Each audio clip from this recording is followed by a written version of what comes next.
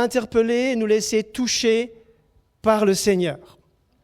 Je suis certain que vous êtes venus pour recevoir quelque chose, pour recevoir de Dieu, pour être touchés par son esprit. Pourquoi sommes-nous désireux d'être touchés par Dieu?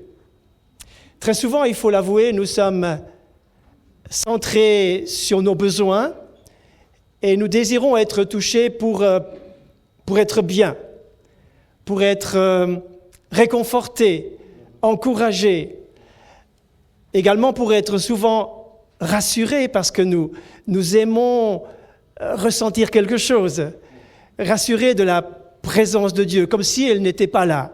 Et qu'on a besoin de quelque chose comme parfois un fluide qui vient sur nous, une espèce d'émotion qui nous saisit pour être sûr, oui, Dieu est vraiment là. Dieu est vraiment là. Je ne dis pas que tout cela, ce n'est pas bienvenu, que c'est faux, mais alors que nous cherchons un désir immédiat, nous cherchons quelque chose de réconfortant, de bienfaisant. Notre vie est centrée sur nous, mais ce matin, Dieu veut nous dire, si tu veux être touché, c'est bien, mais ce matin, je voudrais que tu sois touché en vue d'une mission, en vue d'un but, en vue d'un objectif que j'ai pour toi. Le Seigneur veut nous toucher, il aime nous toucher, il aime réveiller des choses importantes en nous, il aime nous aligner sur son projet, sur sa volonté. Mais pour cela, il faut accepter de se laisser toucher. Il faut accepter de se laisser toucher. Et va-t-il trouver quelqu'un au milieu de nous ce matin qui va se laisser toucher en vue d'un objectif et d'une mission? Je pense à cette parole dans Ézéchiel où le Seigneur, par le prophète Ézéchiel, va dire « Je cherche un homme, cherche quelqu'un qui élève un mur et qui se tienne à la brèche en faveur du peuple. » Et le Seigneur d'ajouter, avec une note de tristesse évidente, « Je n'en trouve pas. » Mais ce matin, je suis certain qu'ici, à l'église des Beauvresses, le Seigneur va trouver plusieurs qui vont accepter de se laisser toucher en vue d'une mission. Nous allons voir ce matin deux récits passionnants. Deux récits passionnants qui vont nous ramener dans la Perse antique et qui vont nous amener dans des circonstances où le Seigneur a touché deux personnes de manière différente, mais vous allez voir que ces deux récits se rejoignent sur bien des points.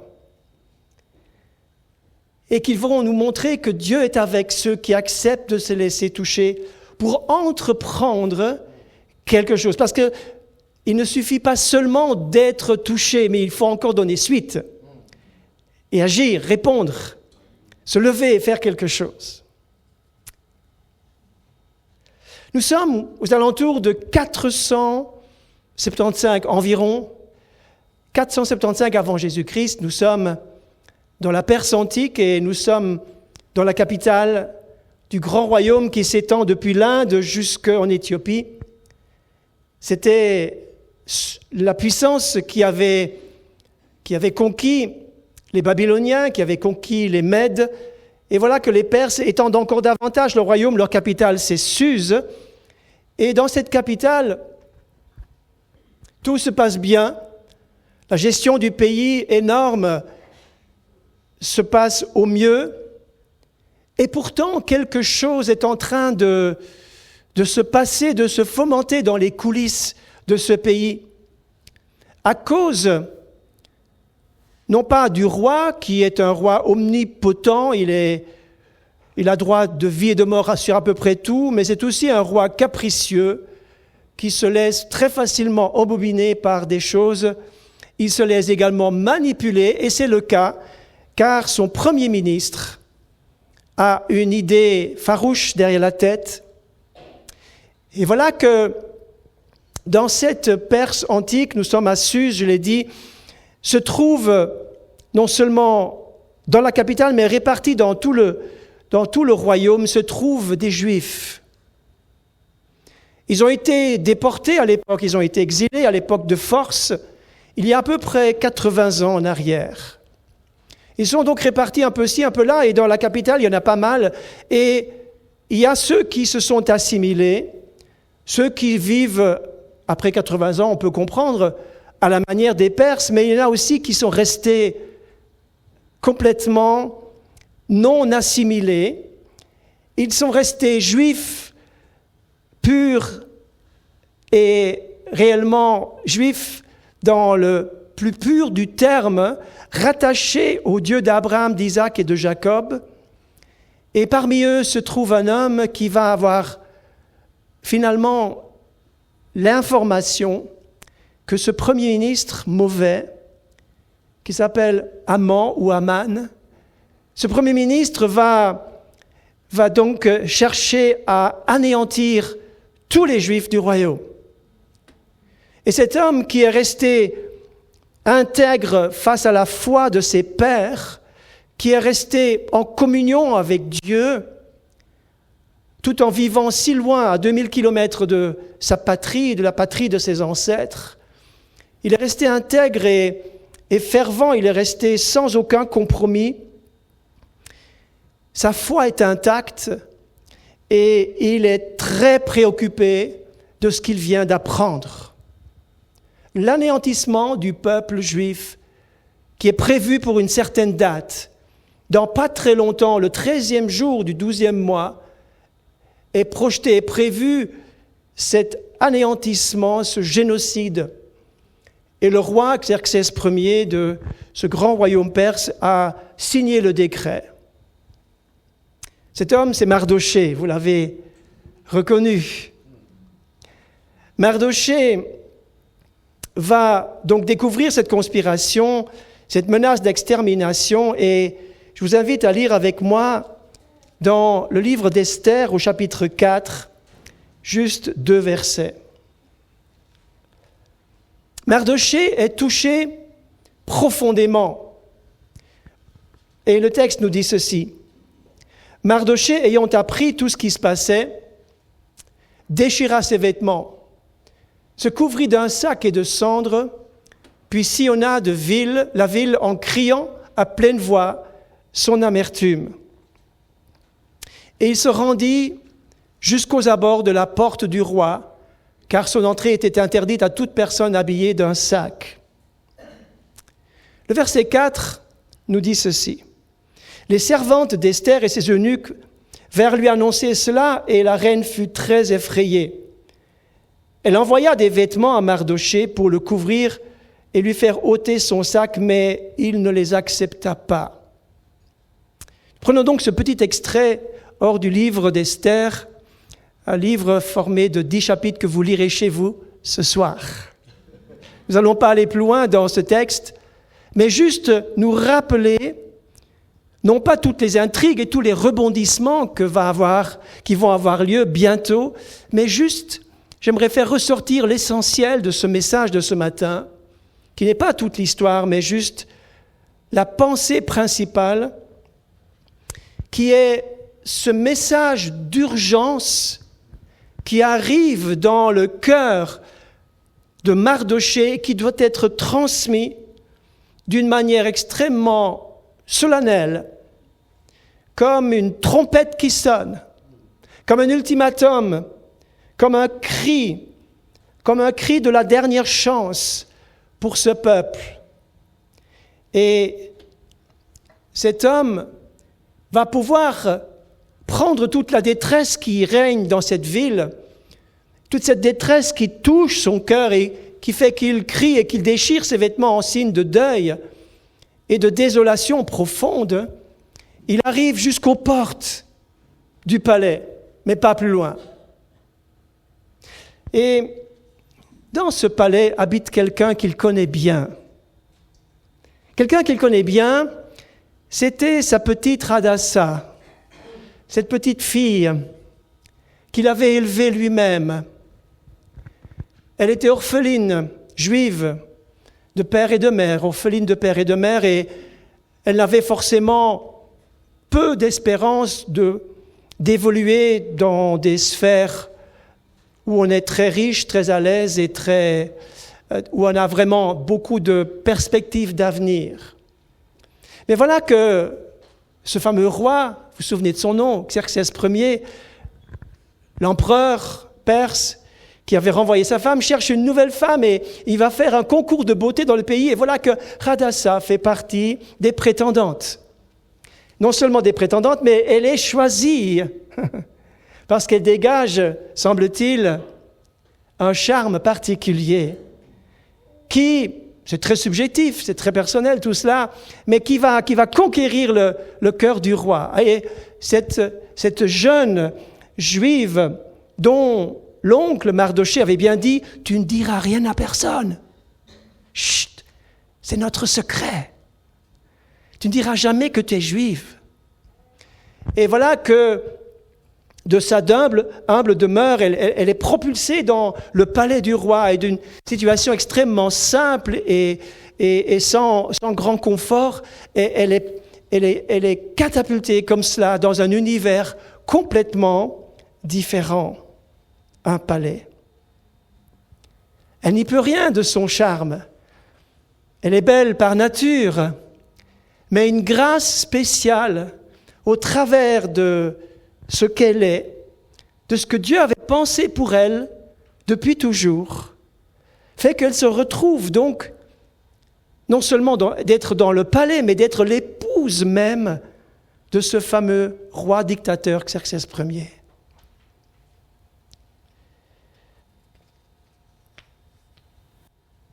Le livre d'Esther comporte cette ironie assez impressionnante, c'est que le plus grand et le plus puissant peuple de l'époque a comme reine une juive et elle n'en sait rien.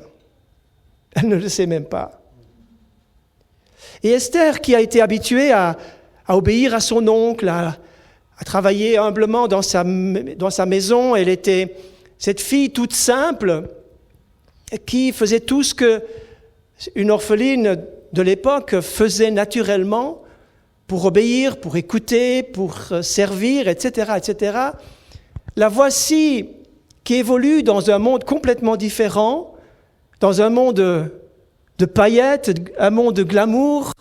Imaginez la jeune reine qui n'est pas dans le même et au même niveau que son mari, l'empereur, et ils sont dans deux sphères un peu différentes, et elle est entourée d'autres jeunes femmes, d'autres jeunes filles, et ce monde glamour, qu'est-ce qu'elle peut bien faire dans ce palais qui est complètement isolé du peuple?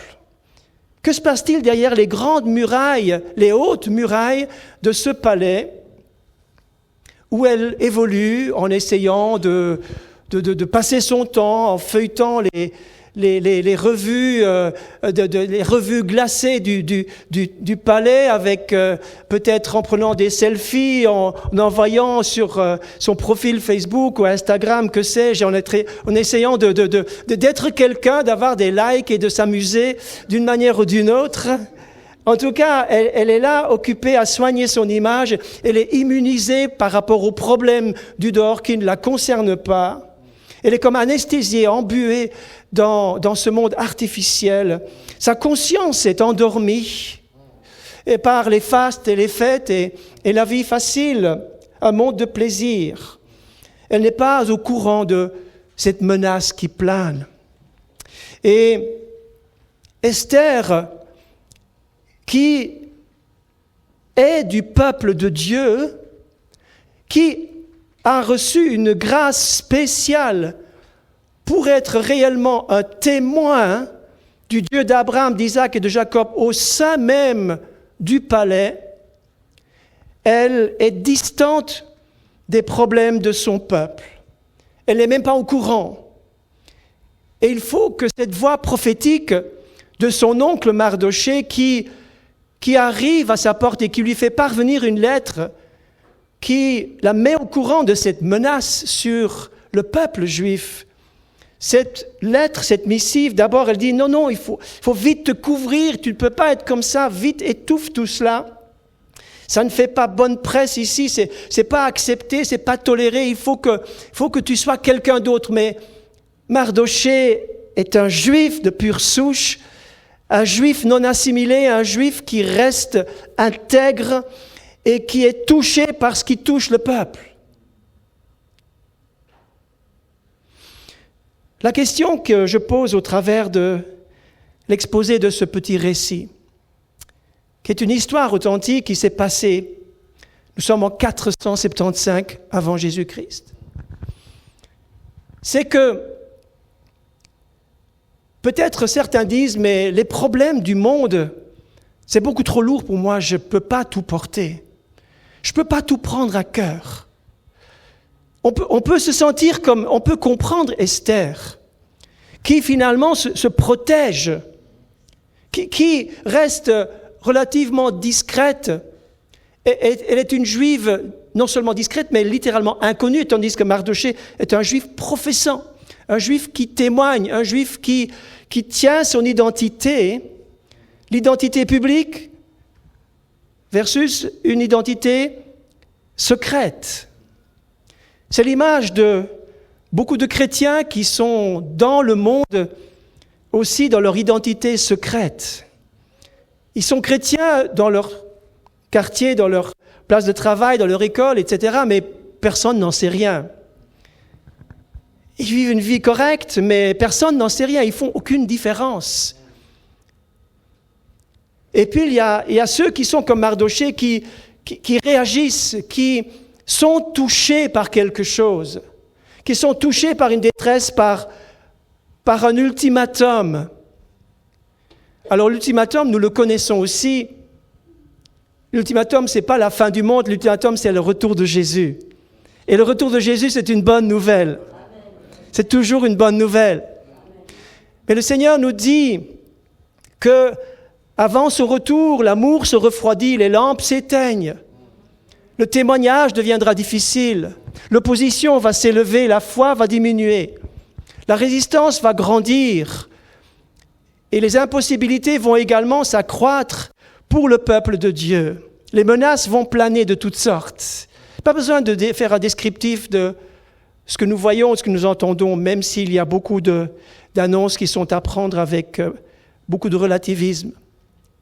Toutefois, l'Esprit de Dieu qui a agi dans le cœur de Mardochée, c'est le même qui voudrait agir aujourd'hui, en 2024, fin de l'année. C'est le même. Il voudrait que nous soyons comme des Mardochées qui sont touchés par ce qui touche le peuple. Des cœurs qui sont touchés par ce qui touche Dieu. Dieu est touché, je suis touché. Je ne peux pas dire comme Esther, ça me concerne pas, je suis pas au courant de tout ça, j'ai besoin de me protéger, j'ai assez à faire avec moi-même.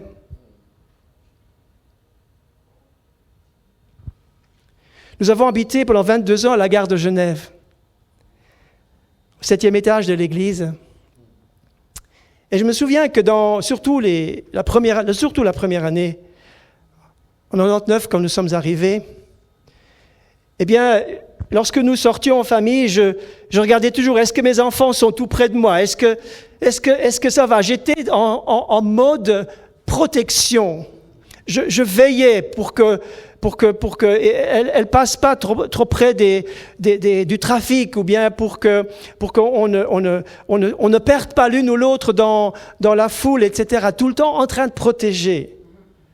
Et les gens me disaient, ouais, Walter, tu es au centre de Genève, tu vas témoigner. Oui, j'ai témoigné, mais en même temps, j'ai aussi protégé. Je voulais protéger ce que j'avais. Et je peux comprendre Esther qui est en mode protection et qui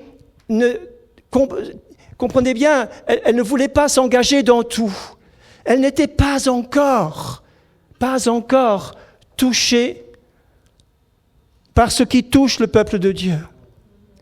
Certains disent, oui, mais moi je ne peux pas m'occuper des chrétiens qui vivent au l'autre bout du monde et qui souffrent. Vous savez que aujourd'hui il y a 265 millions de chrétiens, 265 millions de chrétiens qui souffrent simplement parce qu'ils croient en Jésus. Ils souffrent de toutes sortes de manière passive ou active. Ils sont opprimés, méprisés, on ne leur donne pas d'avenir. Je travaille régulièrement au niveau de l'Asie, au niveau de l'Inde et du Pakistan aussi. Et je réalise que combien de privilèges nous avons qu'eux n'ont pas. Et leurs enfants et leurs générations qui suivent n'ont pas d'avenir. Les chrétiens sont des citoyens de seconde zone dans beaucoup de pays, dans plus de 60 pays, où ils ne peuvent pas avancer, on ne peut pas projeter que nos enfants aillent mieux que les parents parce que cela leur sera interdit, la route sera barrée. Et certains chrétiens disent, oui, mais je ne peux pas apporter tout ça. Mes frères, mes sœurs, Dieu ne nous demande pas de porter le monde entier sur nos épaules. Personne ne peut faire ça. Par contre, si Dieu met un fardeau, il faut le prendre, car tu es appelé à être touché pour une mission. Pas juste pour toi-même, mais pour quelque chose. Et si tu n'es pas touché par rien, si tu n'es jamais touché par rien, par aucune détresse, près de toi ou loin de toi, ce message te concerne, parce que Dieu désire réveiller ton cœur. Parce que Esther, elle avait besoin d'un message puissant pour secouer son indifférence. Un des problèmes du monde chrétien aujourd'hui, mes frères et sœurs, et je ne dis pas ça en culpabilisant ou en accusant parce que je suis dans le même bateau que vous, je lutte avec les mêmes choses. Nous avons, avec le temps, ce réflexe de protection où nous mettons une carapace autour de nous pour ne pas nous laisser toucher par tout et n'importe quoi. Et finalement, nous devenons quoi ? Avec le temps, nous devenons indifférents à la souffrance des autres. Esther aurait pu se dire, mais moi je risque rien ici dans le palais. Mon peuple, c'est pas mon problème, c'est leur problème. Et Mardochée va dire, non, ton peuple qui souffre, le peuple qui souffre, c'est ton peuple. Tu as vous avez les mêmes gènes. Vous êtes de la même famille. Si ton frère souffre, c'est impossible que toi, tu sois juste dégagé de cette souffrance. Il y a quelque chose qui vous lie. Frères et sœurs, il y a quelque chose qui nous unit avec tous les chrétiens du monde entier. Mais spécifiquement, nous sommes touchés, interpellés par certaines choses, par certains peuples, par certaines catégories de personnes ou certaines choses qui sont là. D'abord, notre famille. Nous sommes d'abord touchés par notre famille. Et je regarde que aussi dans certaines familles, les gens sont devenus indifférents les uns face aux autres. On ne s'intéresse pas. Et peut-être l'avez-vous remarqué, est-ce que des gens prennent contact avec vous, de votre famille ? Certains vous ont oublié, ne prennent plus contact. L'indifférence est dans les cercles les plus restreints de notre environnement. Bien sûr, il y a des gens qui, au bout du monde, s'intéressent à nous parce qu'ils veulent avoir nos avantages. Ah, je suis sollicité, croyez-moi. Je suis sollicité de plusieurs continents même, continuellement et régulièrement parce qu'on veut profiter d'un avantage que j'ai. Mais ceci, mis à part, nous ramène au chapitre 4, toujours d'Esther, et au verset 13. Je ne sais pas depuis quand vous avez lu ou quand vous avez lu la dernière fois le livre d'Esther. Ce soir, vous le lirez, ça vous prendra moins d'1 heure. Et ce récit passionnant vous maintiendra en haleine, je vous le garantis. Au chapitre 4 va venir ce message de réveil, ce message coup de poing, ce message sous forme d'une trompette qui sonne. N'oublions pas que c'est l'oncle qui parle à sa nièce, mais c'est aussi le témoin qui parle à la reine et qui parle différemment d'autrefois. Il ne va pas dire « ma petite chérie, tu sais, tu as été toujours si obéissante, est-ce que tu ne voudrais pas tenir compte maintenant de ce que je vais te dire ?» Non, écoutez bien. Au verset 13, il nous est dit ceci. Mardochée fit répondre à Esther. Regardez comme il parle. « Ne t'imagine pas, Majesté, que tu échapperas seul entre tous les Juifs. Car si tu continues à te taire en cette occasion, La libération des Juifs surgira d'ailleurs. Alors que toi et ta maison, la maison de ton père, vous périrez. Waouh! C'est l'oncle qui parle à sa nièce. Non, c'est le prophète qui parle à quelqu'un qui a une position où elle peut faire quelque chose. Réagis. Regardez cette phrase. Si vous voulez souligner une phrase dans le livre d'Esther, c'est celle-ci qu'il faut souligner. D'ailleurs, qui sait, si ce n'est pour un temps comme celui-ci que tu es parvenu à la royauté. Qui sait, si ce n'est pas pour un temps comme celui-ci que tu es parvenu à la royauté. Qui sait, si ce n'est pas pour un temps comme celui-ci que tu es arrivé au culte ce matin, ici. Qui sait, si ce n'est pas pour un temps comme celui-ci que tu habites justement là où tu habites.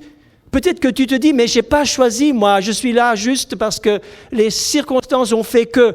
Tu es là parce qu'il y a un projet de Dieu, il y a un plan de Dieu, il y a une intention divine. Non seulement pour que toi, tu sois bien comme Esther était bien dans son palais, mais que son cœur se réveille, que son cœur accepte d'être touché, mes frères. Accepte d'être touché, pas pour elle, mais pour les autres. Et mon frère et sœur, je voudrais justement réveiller ensemble, et je prie que je ne peux pas le faire, mais je connais quelqu'un qui peut le faire. Le Saint-Esprit peut là où je ne peux rien du tout, je ne peux pas toucher vos cœurs, mais lui peut réveiller quelque chose qui est endormi. Esther était endormie, elle était la belle au bois dormant. Elle était endormie dans son palais, elle ne voulait pas être dérangée. Elle voulait rester tranquille, incognito dans ce palais et continuer sa vie tranquille, plein de privilèges et d'avantages. Mais Mardochée dérange. Vous savez, un message de réveil dérange toujours. Nous disons, Seigneur, envoie le réveil. Est-ce que vous avez déjà prié comme ça? Seigneur, envoie un réveil, remplis cette église, remplis-nous du Saint-Esprit. Seigneur, que les gens viennent, envoie un réveil. Mais oui, j'aimerais vous dire, un message de réveil, ça dérange.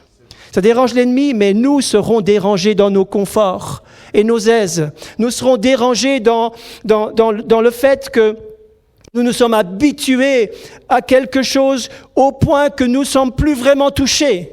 Oui, on veut être touché pour se sentir bien, pour être rassuré, pour sentir que Dieu est là. Non, il ne s'agit pas de ça. Il ne s'agit pas de ça. Être touché en vue d'une mission pour et en faveur de gens qui autour de nous sont en train de se perdre et sont dans un ultimatum parce que Satan a peu de temps et il cherche et il veut ruiner, détruire, voler et tuer le maximum. Mon frère, ma sœur, tu ne peux pas ignorer juste cela. Ce n'est pas une histoire où un jour un Premier ministre a voulu vraiment mettre le paquet pour détruire les Juifs. L'antisémitisme vient de quelque part, vous savez. Ça vient déjà de là. C'est clair. Et il y a une intention, lorsque vous lisez le livre, vous verrez, donc ce soir vous le lirez, vous me promettez, vous l'avez fait. Donc ce soir vous allez lire ça et vous allez voir que cet homme, pourquoi il a cette rage contre les Juifs ? Et il va être contre eux sans raison. Pourquoi ? C'est spirituel. Le diable déteste ce que Dieu a choisi. Et si tu es choisi de Dieu, le diable, il en veut contre toi aussi. Il t'en veut. Je dis, mais j'ai rien fait. Si, c'est parce que tu appartiens au camp du Seigneur, tu appartiens au royaume de Dieu, et c'est par définition un camp qui est dangereux pour l'ennemi. Nous sommes dans une confrontation spirituelle, qu'on le veuille ou non. L'Église doit l'entendre ce matin. Vous êtes dans une confrontation spirituelle. Et Mardochée va dire, qui sait si ce n'est pas justement pour ça que tu es là où tu en es. Il y a une raison pour laquelle nous sommes géographiquement, moralement et spirituellement dans un endroit, c'est que nous avons quelque chose à faire. Si tu cherches un sens à ta vie, si tu cherches une direction à ta vie, si tu cherches un projet de vie, le projet, il est devant tes pieds maintenant. Il y a quelque chose qui est une évidence que tu dois faire. C'est enlever premièrement cette couche et cette carapace qui te protège de tout et qui finalement a fini par te rendre insensible et indifférent. Et ce manque, cette absence, fait que Jésus va dire, dans les derniers temps, l'amour du plus grand nombre se refroidira, parce que c'est une réalité. Frères et sœurs, un des signes du réveil, c'est un amour évident, non seulement le dimanche matin entre nous, parce que nous, c'est facile de s'aimer. C'est très facile. Mais l'amour doit être tellement imbibé, doit tellement habiter nos cœurs que ça se voit, ça devient une évidence. C'était évident que Mardochée, tout le monde savait ce qu'il pensait. Tout le monde connaissait ses opinions. Tout le monde savait pourquoi il criait, quel était l'idéal qu'il défendait et pourquoi il était en détresse. Tout le monde le savait.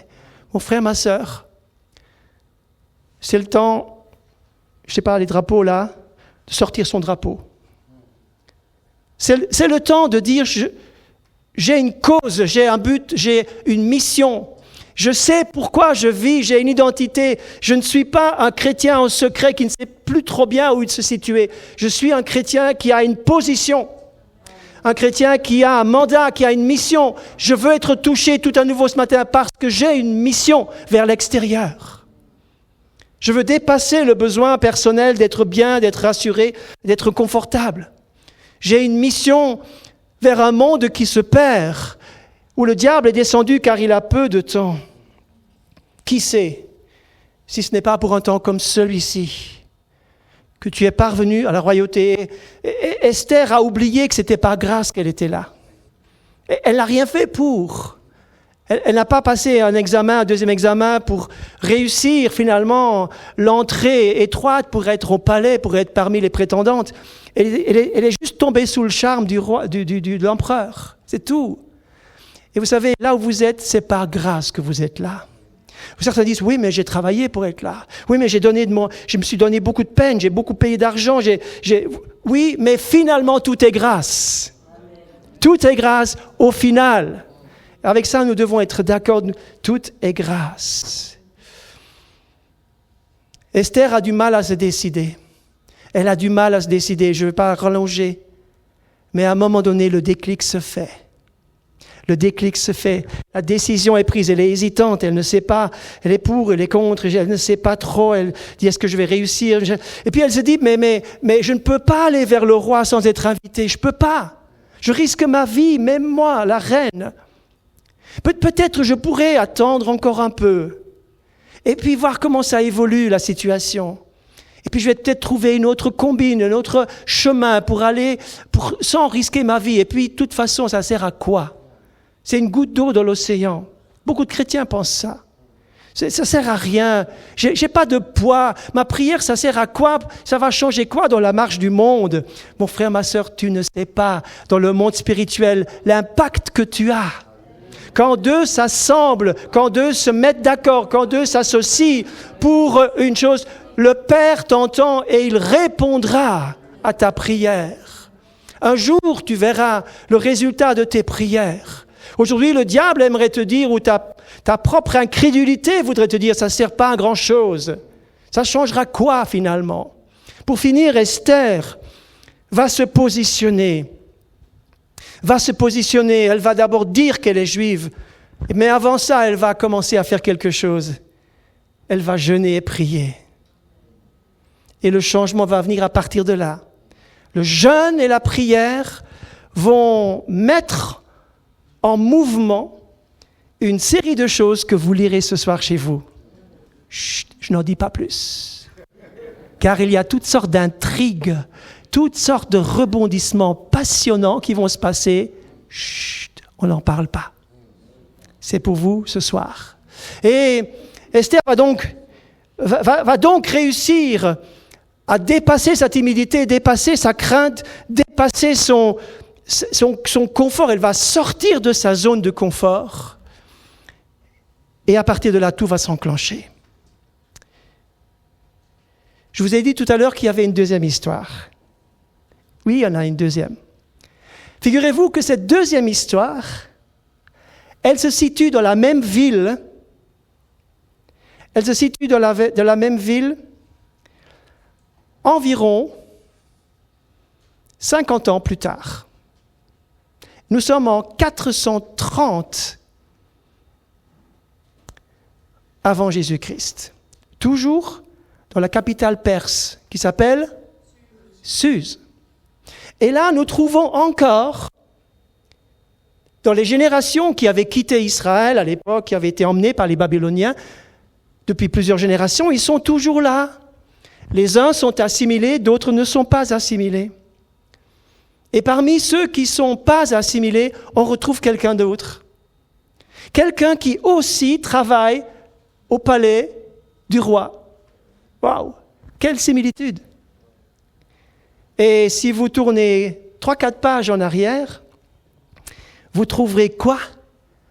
Le livre de Néhémie.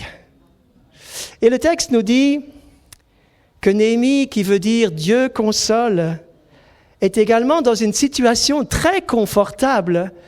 La Bible dit qu'il est les chansons du roi, c'est-à-dire que le roi mangeait ses mets succulents tous les jours et Jérémie passait avant le roi pour juste goûter un tout petit peu, pour goûter au vin, pour goûter aussi le repas. C'était un métier très confortable. Hein? Je ne sais pas si vous auriez aimé faire ça. Vous savez, c'était très risqué. Hein? Parce que tout le monde voulait la mort du roi, la mort de l'empereur. Et il était régulièrement soumis à des tentatives d'empoisonnement. Donc Néhémie, bien qu'étant à la cour du roi avec un métier pareil, il prenait un grand risque quand même. Toujours est-il qu'il était fidèle dans ce qu'il faisait. Et le livre nous dit ceci. Néhémie, chapitre 1er. Donc vous tournez quelques pages en avant, vous trouvez le livre de Néhémie, Esdras, Néhémie, Esther. Et lorsque Néhémie, qui est à la cour du roi, dans un environnement protégé, un peu comme Esther, mais lui, son ADN, son cœur n'est pas à Suse, son cœur est à Jérusalem. Lui, il pense à Jérusalem, il rêve de Jérusalem. Son chez-soi, sa patrie, c'est Jérusalem. C'est pas Suse. Par contre, il est là de père en fils, déjà depuis bien longtemps. L'exil premier avait lieu en 587, c'était vraiment le grand exil. Donc nous sommes là bien, pratiquement plus de 100 et des années après cet exil. Donc il est établi de père en fils depuis longtemps, mais son cœur est toujours resté attaché à Jérusalem. Je ne sais pas si tu es chrétien de première génération, de deuxième ou de troisième génération. Qui est chrétien de deuxième génération? Troisième génération. Il y en a encore. Gloire à Dieu, vous avez une continuité de génération en génération qui est bien là. Et Néhémie était là, mais son cœur n'était pas fondu, il n'avait pas assimilé, mangé au plat de ce monde perse, mais son cœur était rattaché à Jérusalem. Mon frère, ma sœur, si tu es chrétien de deuxième, troisième ou quatrième génération, ton cœur doit être attaché à ta patrie, à ton vrai chez soi. Ton vrai chez toi, c'est le royaume de Dieu. C'est les valeurs célestes, c'est les valeurs divines, c'est les valeurs de la parole de Dieu, c'est les valeurs de Christ, c'est les valeurs chrétiennes qui sont les nôtres. C'est là notre vrai ADN. Lorsque Néhémie va entendre que ça va mal à Jérusalem, je vous lis le texte, verset 1 et suivant. Je l'ai questionné, les gens qui sont venus de Jérusalem. Anania, un de mes frères et quelques hommes arrivèrent de Juda. Je l'ai questionné au sujet des Juifs réchappés qui étaient restés de la captivité au sujet de Jérusalem. Et me répondirent, ceux qui sont restés de la captivité sont au comble du malheur et de l'opprobre. Les murailles de Jérusalem sont en ruine. Ses portes sont consumées par le feu. Lorsque j'entendis ces choses, je m'assieds, je pleurais et je fus plusieurs jours dans la désolation. Je jeûnais, je priais devant le Dieu des cieux. Avez-vous remarqué que le même réflexe immédiat de Néhémie correspond au réflexe un peu tardif d'Esther? Il lui fallait un message coup de poing pour réagir enfin. Tandis qu'ici, Néhémie, c'est le Saint-Esprit qui met directement dans son cœur, qui le fait réagir, qui le fait vibrer, résonner avec ce qui se passe au loin, à 2000 kilomètres. Jérusalem va mal, les portes sont brisées, les rêves sont brisés, les ruines sont là, le peuple est pauvre, la gloire de Dieu n'est plus là. Et cette tristesse divine de la ville élue et choisie résonne à 2000 kilomètres dans le cœur de Néhémie, qui est loin de chez lui, qui est bien confortable dans le palais du roi, à Suse. Mais ça résonne. Mon frère, ma sœur, le royaume de Dieu, ma question ce matin, est-ce qu'il résonne en toi? Est-ce que la résonance divine, est-ce qu'elle prend écho en toi? Ou est-ce que le Seigneur doit prendre un mégaphone du ciel pour qu'enfin tu te réveilles? Je veux être réveillé parce que le Saint-Esprit me réveille. J'ai voulu mettre ces deux récits en parallèle. Parce que pour moi, cela concerne des chrétiens qui ont besoin d'un message fort, comme une trompette qui résonne, pour se mettre en mouvement et pour agir. Mais il y en a aussi parmi nous ce matin, des personnes qui ont la sensibilité au Saint-Esprit et qui sont directement touchées, pas besoin d'une grande prédication. Vous n'avez pas besoin d'être réveillé, secoué sur votre chaise, parce que le Saint-Esprit, parce qu'il y a une information qui vous parvient et ça vous touche. Encore une fois, je le répète, nous ne sommes pas touchés par la même chose tous en même temps. Souvent, il nous faut des images qui nous font tirer les larmes des yeux, des vidéos qui nous font pleurer, pour nous sentir touchés. Mais voyez-vous, c'est de courte durée tout ça. Mais quand le Saint-Esprit nous touche, nous sommes mis en mouvement, vous dormez avec, vous vous réveillez avec, ça ne vous lâche plus, parce que le Saint-Esprit vous a touché. Je te pose la question, mon frère, ma sœur, quand était-ce la dernière fois que tu as été touché? Pas par tes besoins, mais par la détresse, les ruines, les désolations, les murs qui se sont écroulés, les valeurs qui se sont écroulées, les pertes, la gloire de Dieu qui n'est plus là, une église qui est en mauvais état, des frères et sœurs qui vont mal, des familles qui vont mal, des couples qui vont pas bien. Est-ce que ça nous touche encore? C'est mon message pour vous ce matin. Quand les élus de Dieu sont en mauvaise forme, je suis touché, je suis interpellé. Je l'ai dit et je termine par là. Il ne s'agit pas seulement d'être touché pour ma mission, pour mon mandat, mais il s'agit d'être touché pour me mettre en mouvement. Esther a pris un risque et elle est partie. Néhémie, lui, était un simple échanson. Il servait à manger, il goûtait, et il est parti pour rebâtir. Vous allez me dire, mais ce n'est pas la bonne personne. Il fallait envoyer un architecte, il fallait envoyer une entreprise, il fallait envoyer un maçon, il fallait envoyer un menuisier, il fallait envoyer un corps de métier. Mais Néhémie n'est pas dans ce corps de métier. Il est échanson. Peut-être tu te dis ce matin, mais Seigneur, je ne suis pas la bonne personne, je n'ai pas les compétences, je ne sais pas faire grand-chose. Mais le Dieu de l'impossible, c'est ton Dieu. Le Dieu de l'impossible peut t'utiliser et veut t'utiliser. Au-delà de tes compétences, Dieu ne cherche pas les compétences, mais il cherche ton obéissance. Il cherche ton obéissance pour que tu te mettes en route. Il cherche afin que tu te lèves dans l'obéissance et que tu oses quelque chose. Message ce matin, veux-tu être touché en vue de ta mission? Est-ce que tu veux te lever pour oser quelque chose? Quelque chose que tu n'as jamais fait.